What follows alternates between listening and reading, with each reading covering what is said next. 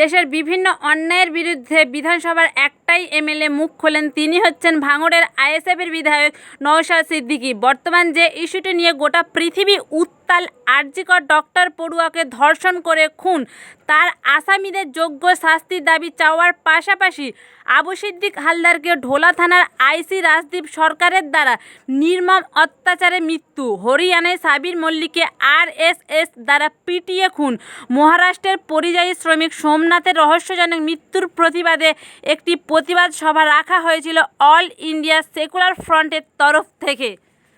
প্রতিবাদ সভাটি আয়োজন করা হয় দক্ষিণ ২৪ পরগনা জেলার লক্ষ্মীকান্তপুরে।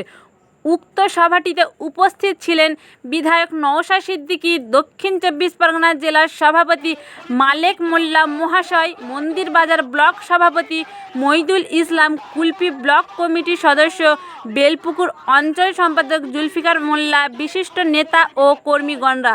প্রতিবাদী সভা থেকে নওশাদের বক্তব্য শুনুন।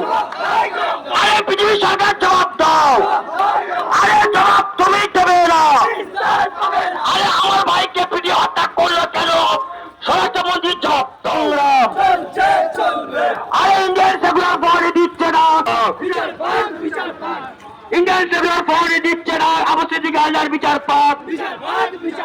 ইন্ডিয়ান সেকুলার ফ্রন্ট দিচ্ছে না, আবু সিদ্দিক হালদার বিচার পাক। আরে ইন্ডিয়ান সেকুলার ফ্রন্ট দিচ্ছে না, সম্রাট দেবনাথ বিচার পাক। হরিয়ানার শ্রমিক, মহারাষ্ট্রের শ্রমিক, বিহারের শ্রমিক, এইরকম ভাবে বিভিন্ন রাজ্যের শ্রমিক প্রায় ১ থেকে ১.৫ কোটি আমাদের রাজ্যে এসে কাজ করছে। কাজ করে যে অর্থ উপার্জন করছে সেটা দিয়ে তার পরিবার পরিজনকে নিয়ে এই স্বাচ্ছন্দ্যে থাকার চেষ্টা করছে। তাহলে আমরা পশ্চিমবঙ্গের অধিবাসী যে ১ থেকে ১.৫ কোটি ভিন্ন রাজ্যের শ্রমিককে আমাদের বুকে আগলে রেখে তাদের সাথে অতিথি ভাব আচরণ করে তাদেরকে নিরাপত্তা দিয়ে আমাদের রাজ্যে কাজের ব্যবস্থা করে দিচ্ছি। আমরা কোনোভাবেই মেনে নেব না, কোনোভাবেই আমরা মেনে নেব না। তার জন্য আমরা আইন হাতে তুলব না।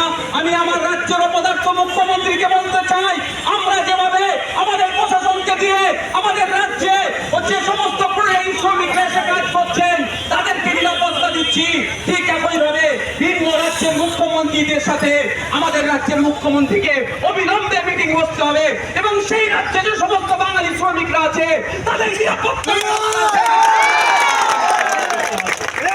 দুর্ভাগ্যের বিষয়, এখানে কি হচ্ছে, এখানে শুধু ভোটের পলিটিক্স হচ্ছে।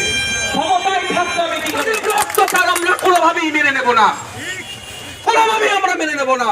তার জন্য আমরা আইন হাতে তুলব না। আমি আমার রাজ্যের অপদার্থ মুখ্যমন্ত্রীকে বলতে চাই, আমরা যেভাবে আমাদের প্রশাসনকে দিয়ে আমাদের রাজ্যে যে সমস্ত শ্রমিকরা এসে কাজ করছেন তাদেরকে নিরাপত্তা দিচ্ছি। ভাবতে পেরেছেন, এইদিকে মুখ্যমন্ত্রী তার দলের সাংবাদিকদেরকে নিয়ে বলছেন দ্রুত বিচার করতে হবে, তিলোত্তমারে গিয়ে বলছে মামলার ডেটটা একটু পিছিয়ে দিলে ভালো হয়। সে আমাদের মুখ্যমন্ত্রী। আমরা মুখ্যমন্ত্রীকে ধিক্কার নিন্দা জানাই।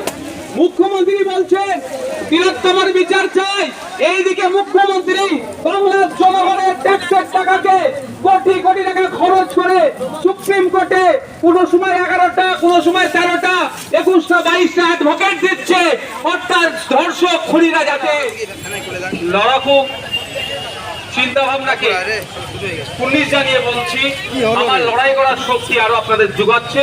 আপনাদের এই বৃষ্টি মাথায় এই প্রতিবাদে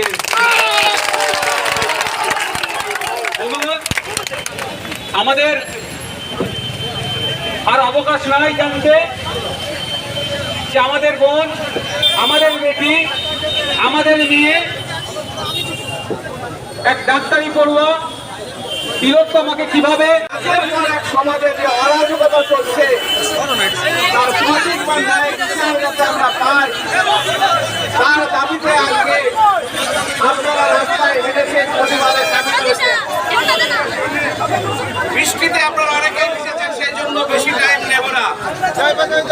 এখন যারা নিউজটা ভালো লাগলে ভিডিওতে লাইক দেবেন, নতুন দর্শক হলে চ্যানেলটা সাবস্ক্রাইব করে রাখবেন, পাশে থাকা বেল আইকন প্রেস করে রাখবেন যাতে আমার ভিডিও আপনার কাছে সর্বপ্রথম আগে পৌঁছায়।